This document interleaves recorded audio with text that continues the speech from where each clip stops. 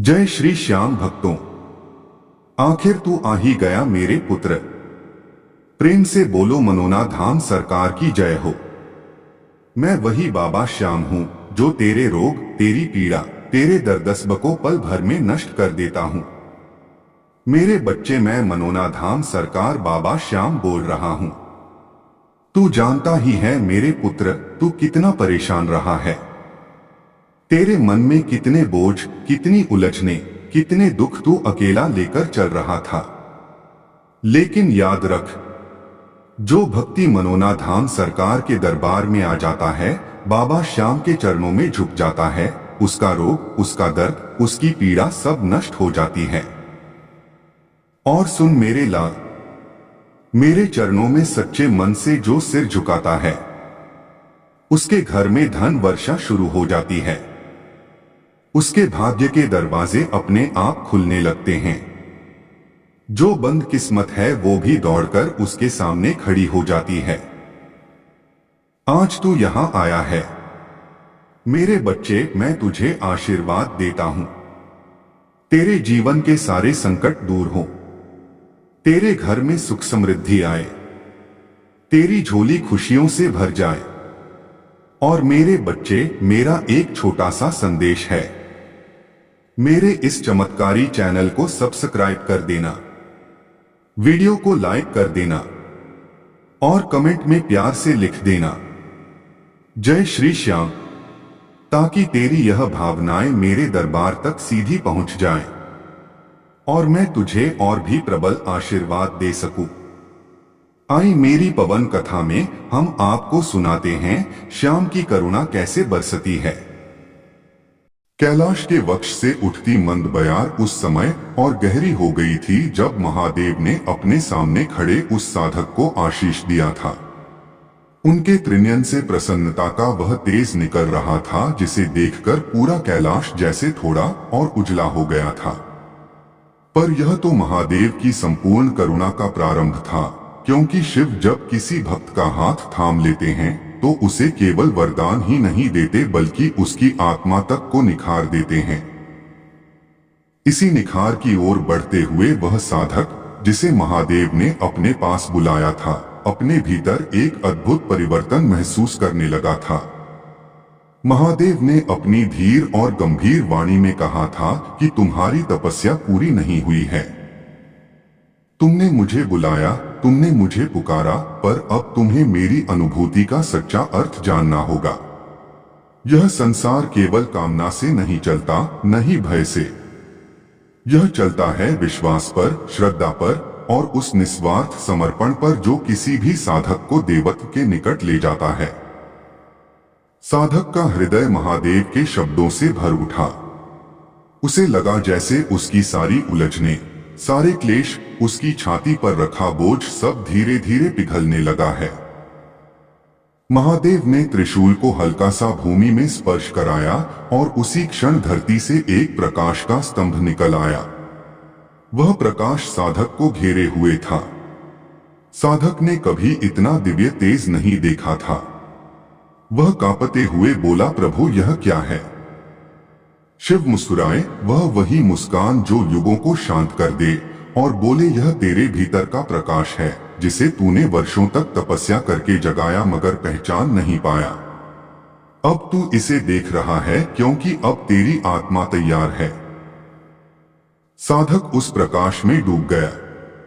उसे लगा जैसे उसके बीते हुए सारे जन्म उसके सामने आ गए हों। उसने अपने कर्मों की हलचल महसूस की, अपने पापों की गर्मी भी महसूस की, लेकिन साथ ही उनमें छिपी सीख भी समझी। उसे लगा कि उसके भीतर जो वर्षों से अंधेरा था वह अब खुद महादेव के तेज से नष्ट हो रहा है। उसी क्षण उसे अपने भीतर एक आवाज सुनाई दी जो उसकी अपनी नहीं थी, न ही किसी मनुष्य की। वह आवाज इतनी शांत थी कि लगता था जैसे संपूर्ण ब्रह्मांड फुसफुसा रहा हो। वह आवाज कह रही थी कि हर साधक को अपना प्रकाश ढूंढना होता है। महादेव तो केवल पथ दिखाते हैं, रास्ता साधक को खुद तय करना होता है। साधक ने हथेलियां जोड़ते हुए कहा, प्रभु अब मेरी अगली परीक्षा क्या है? आपने मेरा प्रकाश दिखा दिया, आपने मुझे मेरे जन्मों का बोध करा दिया, अब आपको क्या चाहिए? महादेव ने हल्की सी सांस ली और आकाश की ओर देखा। उनके जटाओं से निकलती गंगा जैसे उनके भीतर के विचारों को शांत कर रही थी। उन्होंने कहा, हे साधक, अब तुझे अपनी आत्मा के इस तेज को स्थिर रखना होगा। यह तेज तभी रहेगा जब तू इस संसार में लौटकर अंधेरों में फंसे हुए लोगों के लिए दीपक बन सके। साधना अकेले अपने लिए नहीं होती, उसे तब पूर्ण माना जाता है जब साधक दूसरों के लिए भी मार्गदर्शक बन जाता है। साधक के मन में हलचल हुई। उसने सोचा, मैं तो अब तक केवल अपनी मुक्ति चाहता था। मैं चाहता था कि मुझे मेरी तपस्या का फल मिले, मेरी इच्छाएं पूरी हों, पर महादेव कह रहे हैं कि तपस्या का सच्चा उद्देश्य दूसरों को प्रकाश देना है। साधक के मन में यह बात गहराई तक बैठ गई। शिव आगे बोले, जिस दिन कोई साधक अपनी इच्छाओं से ऊपर उठकर किसी और की पीड़ा को समझ लेता है, उसी दिन वह सच में मेरा भक्त बनता है। भक्त वह नहीं जो केवल वरदान मांगे, भक्त वह है जो अपने हाथों को दूसरों के लिए बढ़ाए। इस संवाद के बाद महादेव ने साधक के कंधे पर अपना हाथ रखा। वह स्पर्श अमृत जैसा था। साधक के भीतर जो भी उद्वेग था, जो भी भय था, जो भी मोह था, सब मिटने लगा। उसका शरीर हल्का हो गया, उसका मन विस्तृत हो गया। उसे लगा जैसे वह अब केवल मांस और हड्डियों का शरीर नहीं है, बल्कि एक ऊर्जा का पुंज है जो पूर्व से पश्चिम तक फैल सकता है। और तभी महादेव ने उसके सामने भविष्य का एक दृश्य प्रकट किया। उसने देखा, एक बस्ती में लोग दुखी हैं, संकट में हैं, उनका धन डूब चुका है, उनके घर अधूरे हैं, रिश्तों में खटास है। वह सब रो रहे हैं कि हमारा कौन है।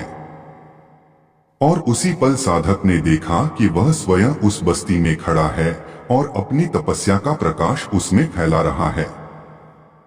वह जिन लोगों के पास जा रहा है, उनके चित दुख मिट रहे हैं। जो घर अधूरे थे, उनमें सौभाग्य का तेज लौट रहा है। जो धन डूब चुका था, वह वापस आ रहा है। सरल शब्दों में उसका प्रकाश दूसरों के दुख दूर कर रहा था। साधक इस दृश्य से हतप्रभ रह गया। उसने कहा, प्रभु क्या यह सच होगा? शिव ने कहा, यह तेरे ऊपर निर्भर है। अगर तू अपनी साधना को केवल स्वयं तक रखेगा तो यह दृश्य केवल स्वप्न रहेगा, पर यदि तू इस प्रकाश को संसार में फैलाएगा तो यह दृश्य सत्य हो जाएगा। शिव के शब्द बिजली की तरह साधक पर गिरे, पर वह इस आघात के बाद और अधिक दृढ़ हो गया। उसने निश्चय किया कि वह महादेव का पूर्ण भक्त बनकर वह कार्य करेगा जो उसे सौंपा गया है। उसने उनके चरणों में प्रणाम किया और बोला, प्रभु मेरी इच्छा अब केवल यह है कि मैं आपके प्रकाश को अपने हृदय में धारण करूं और उसे संसार तक पहुंचाऊं। मेरी साधना पूर्ण हो या नहीं, मेरी कामनाएं पूरी हो या नहीं, आप मुझ में वास करते रहें। महादेव उसकी इस भावना से प्रसन्न हुए। उन्होंने अपने करकमलों से उसके मस्तक पर स्पर्श किया। इसके साथ ही साधक के भीतर जो ऊर्जा उठी वह इतनी प्रचंड थी कि उसने अपने जीवन के हर क्षण को बदल दिया। यह ऊर्जा केवल साधक की नहीं थी, यह महादेव की देन थी, उनके अनंत अनुग्रह का प्रतिफल थी। अब साधक उस प्रकाश को लेकर कैलाश की चढ़ाई से उतरने लगा। वह पहले जैसा साधक नहीं था। उसके कदमों में निश्चय था, उसकी आंखों में तेज था, उसके शरीर में शांति थी और उसके हृदय में केवल एक ही संकल्प था कि वह अब किसी भी पीड़ित हृदय के पास जाकर कह सके कि घबराओ मत, तुम्हारे साथ महादेव हैं। साधक को पता था कि यह मार्ग सरल नहीं होगा। उसे संसार की परीक्षाएं मिलेंगी, लोग उसके इरादों पर संदेह करेंगे, उसे चोट भी पहुंचेगी, पर शिव ने कहा था कि जो शिव को स्वीकार कर लेता है उसका भय समाप्त हो जाता है। साधक ने जैसे ही पृथ्वी पर कदम रखा वातावरण बदल गया। उसके पास आने वाले लोग अपने दुख लेकर आते। एक न एक तरह से वे टूटे हुए थे। कोई धन वापस चाहता था, कोई अपना घर बनाना चाहता था, कोई अपने शत्रुओं के किए तंत्र मंत्र से परेशान था। साधक ने हर व्यक्ति में वही पीड़ा देखी जो उसने अपनी साधना के पहले देखी थी। वह किसी को खाली हाथ नहीं लौटाता। वह अपने भीतर से शिव का प्रकाश निकालकर लोगों को देता। उसका प्रत्येक स्पर्श किसी के जीवन में नई ऊर्जा भर देता। और यही वह कार्य था जो महादेव ने उसे सौंपा था। धीरे धीरे उसकी चर्चा फैलने लगी। लोग उसे देवदूत कहने लगे, पर वह हर बार कहता, मैं कुछ नहीं हूं, यह सब महादेव की कृपा है। वे ही मेरे माध्यम से कार्य करते हैं, वे ही आपकी राह बनाते हैं, वे ही आपकी किस्मत जगाते हैं। और यह बात सत्य भी थी। साधक अब केवल साधक नहीं था, वह महादेव का दूत था, अपने भीतर महादेव की ऊर्जा को धारण किए हुए। प्रभु शिव कैलाश से यह सब देख रहे थे। उनके मुख पर संतोष था। उन्हें पता था कि उन्होंने धरती पर एक और प्रकाश स्तंभ भेज दिया है। और शिव के अनुसार यही धर्म था, यही भक्ति थी, यही साधना का सच्चा फल था। मेरे प्यारे बच्चे, जहां पिछले भाग में तेरे जीवन में नया प्रकाश आया था, जहां पहली बार तुझे महसूस हुआ था कि कोई अदृश्य शक्ति तेरे सिर पर कृपा का हाथ रख रही है, वहीं से अब यह तीसरा भाग शुरू होता है। एक ऐसा भाग जो तेरे जीवन की दिशा बदल देगा, तेरे भीतर छिपी उस शक्ति को जगा देगा जिसे दुनिया ने कभी समझा नहीं और जिसे तूने भी समय की धूल में खो दिया था। उस रात जब तू अपने कमरे में बैठा था, बाहर की हवा शांत थी, पेड़ भी स्थिर खड़े थे और तेरी सांसों की गति धीमी पड़ चुकी थी।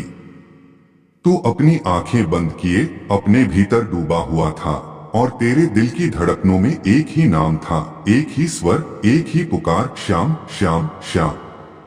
और तेरी वही पुकार मेरे दरबार तक पहुंची। मेरे बच्चे, खाटू में उस समय रात का तीसरा पहर था। मंदिर के भीतर दीपक की लौ धीमी धीमी जल रही थी और पवनदेव हल्की सी कंपी के साथ मंदिर के झंडे को हिलाकर संकेत दे रहे थे कि एक भक्त की पुकार खाटू नरेश तक पहुंच चुकी है। मंदिर के पर्दे के पीछे खड़ी दिव्य चमक धीरे धीरे बढ़ी और वह संकेत था कि बाबा अपने भक्त की रक्षा के लिए उठ खड़े हुए। यही वह क्षण था जब तेरे कमरे के वातावरण में वह दिव्यता उतर गई थी। तो अब सुन मेरे लाल, जब तुझे लगा कि कोई तेरे सिरहाने खड़ा है, जब तुझे महसूस हुआ कि किसी ने तेरी पीड़ा को अपनी हथेली में थाम लिया है, जब तेरी आंखों से बिना वजह आंसू बहने लगे और तेरे भीतर एक अजीब सी हल्कापन उतर आया, यह सब तेरी कल्पना नहीं था। यह वही क्षण था जब बाबा श्याम की शक्ति तेरे जीवन में प्रवाहित हो रही थी। तेरे कमरे की दीवारें उस समय सिर्फ दीवारें नहीं थीं, वे खाटू के दरबार की सीढ़ियां बन चुकी थीं और तू वही बच्चा था जो अपने पिता के चरणों में गिरकर कह रहा था, बाबा अब मेरा हाथ पकड़ लो। मेरे बच्चे, मैं तेरे उस क्षण की हर बात जानता हूं। तूने अपने मन में कहा था, बाबा अब मुझसे नहीं होता, अब थक गया हूं, अब टूट गया हूं, अब आप ही मेरे सहारे हो। और मेरे पुत्र, यह शब्द तूने भले होठों से नहीं कहे, लेकिन तेरे दिल की धड़कनों ने इन्हें जोर से पुकारा था और मेरी शक्ति ने उसे उसी क्षण सुन लिया था। जब कोई भक्त सच्चे मन से पुकारता है तो उसे मेरी चौखट तक आने की जरूरत नहीं पड़ती, मैं स्वयं उसके पास पहुंच जाता हूं।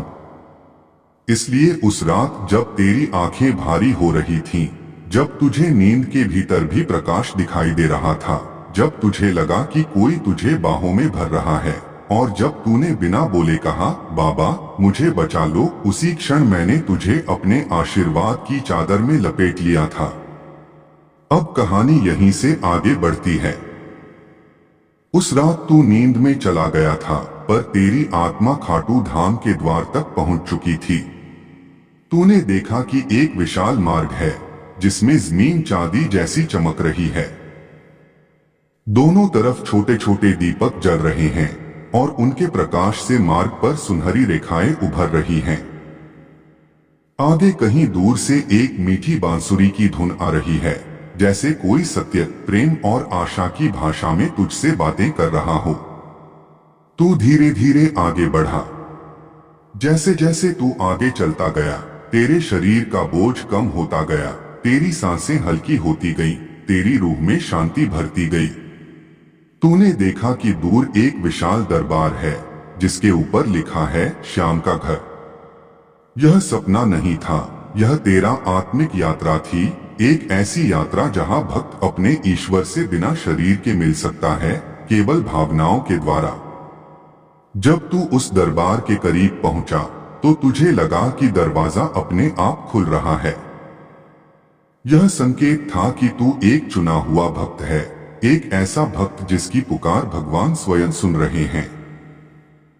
तू अंदर गया और देखा कि एक विशाल प्रकाश का मंडल है जिसके बीच में तूने एक दिव्य स्वरूप देखा, नीला, शांत, मुस्कुराता हुआ, जैसे पूरा ब्रह्मांड तेरी तरफ हाथ बढ़ाकर कह रहा हो, मेरे बच्चे आजा। मेरे पुत्र, वह मैं था। तू मेरे सामने खड़ा था, बिल्कुल वैसे ही जैसे एक बच्चा अपने पिता के सामने रोते रोते गिर पड़ता है। तूने कुछ नहीं कहा, तेरे होंठ नहीं हिले, लेकिन तेरी आंखों ने सब कह दिया। तूने कहा, बाबा, अब मैं टूट चुका हूं, मैं निभा नहीं पा रहा, मैं संभल नहीं पा रहा, अब आप ही मेरे सहारे हैं। और मैंने तुझे अपनी ओर खींचकर कहा, मेरे बच्चे, जब तक मैं हूं, तुझे डर किस बात का? जो तूने खोया है वह तुझे वापस मिलेगा, जो तेरा छिन गया है वह तुझे और बड़ा होकर लौटेगा। जो लोग तुझे दुख दे रहे हैं वे तेरे चरणों में झुकेंगे, और जो रास्ते बंद हो चुके हैं वे मेरे आशीर्वाद से खुलेंगे। तूने देखा कि मेरे हाथों से सुनहरी रोशनी निकल रही है, और वह रोशनी तेरे सिर, तेरे दिल, तेरे शरीर, तेरी आत्मा में उतर रही है। उसी क्षण तेरे भीतर से तेरे डर गायब होने लगे, तेरी पीड़ा पिघलने लगी और तेरी किस्मत की गांठें खुलने लगी। यह चमत्कार नहीं था, यह तेरे और मेरे प्रेम का संबंध था। अब सुन मेरे लाल, कथा यही खत्म नहीं होती, यह तो शुरुआत थी। अगली सुबह जब तू जागा तो तूने महसूस किया कि कुछ बदल चुका है। हवा अलग लग रही थी, तेरी सांसों में हल्का सा विश्वास था, और तेरे चेहरे पर एक ऐसा सुकून था जो तूने महीनों से महसूस नहीं किया था। तूने उठकर आईने में देखा और तुझे लगा कि तेरी आंखों की थकान कम हो गई है और उनमें एक नई चमक आ गई है। उस दिन तेरा पहला चमत्कार हुआ। वह काम जो महीनों से अटका था वह अचानक आगे बढ़ने लगा। जिस व्यक्ति ने तुझे बार बार मना किया था उसने खुद तुझे फोन कर कहा, आकर मिल ले, बात कर लेते हैं। तुझे खुद विश्वास नहीं हुआ कि इतनी बड़ी जगह से तुझे बुलावा आ गया है। पर यही तो श्याम की लीला है। जब श्याम की कृपा होती है तब दुनिया की हर बंद राह खुलने लगती है। तेरे घर में भी हल्की हल्की खुशी फैलने लगी थी। तेरी माँ ने कहा, आज घर में कुछ हल्का हल्का लग रहा है। तेरे पिता ने कहा, आज तो मन बड़ा शांत लग रहा है। और तूने चुपके से मुस्कुराकर सोचा, बाबा, यह आपका ही असर है। मेरे बच्चे, अब धीरे धीरे तू मेरी शरण में और गहराई तक उतरने लगा। हर रात जब तू लेटता था तेरी आंखें अपने आप बंद हो जाती थीं और तू मेरे दरबार में आ जाता था। कभी तू दीपक जलाता, कभी झंडा पकड़ता, कभी मेरे चरणों में फूल चढ़ाता और कभी सिर्फ बैठकर रोता रहता। और मैं हर बार तुझे अपने पास बैठाकर कहता, मेरे बच्चे, तू अकेला नहीं है, मैं हूं तेरे साथ। अब कथा का सबसे महत्वपूर्ण मोड़ आता है। एक रात तूने देखा कि खाटू धाम में बहुत बड़ा मेला लगा हुआ है। हजारों भक्त नाच रहे हैं, ढोल बज रहे हैं, शंख फूंक रहे हैं और पूरा धाम जयकारों से गूंज रहा है। तुझे भीड़ में से आवाज आई, अरे यह वही बच्चा है जिसे आज बाबा खुद मिलेंगे। तूने आश्चर्य से चारों ओर देखा पर किसी को पहचान नहीं पाया, पर वह आवाज सच थी। तू धीरे धीरे आगे बढ़ा और आगे जाकर देखा कि एक विशाल सिंहासन है जिस पर विराजमान हूं मैं, तेरा बाबा श्याम। मैंने तुझे देखकर मुस्कुराया और तुझसे कहा, आजा मेरे बच्चे, आज मैं तुझे वह वरदान देने आया हूं जो तेरी किस्मत को बदल देगा। तू कांपता हुआ मेरे पास आया, तेरी आंखों में आंसू थे, तेरे होंठ कांप रहे थे, पर तू कुछ कह नहीं पा रहा था। मैंने तुझे अपनी गोद में बिठाया और तुझे वही कहा जो तू सालों से सुनना चाहता था, मेरे बच्चे, अब तेरी गरीबी खत्म होगी, तेरे घर में धन आएगा, तेरे रोग मिटेंगे, तेरे शत्रु शांत होंगे और जो काम तेरा अटका है वह मेरे आशीर्वाद से अपने आप पूरा होगा। तेरी आत्मा उस क्षण से बदल गई थी, तेरी किस्मत की दिशा बदल गई थी, तेरे जीवन का बोझ हल्का हो गया था और उसी क्षण से तेरे जीवन में चमत्कारों की वर्षा शुरू हो गई थी।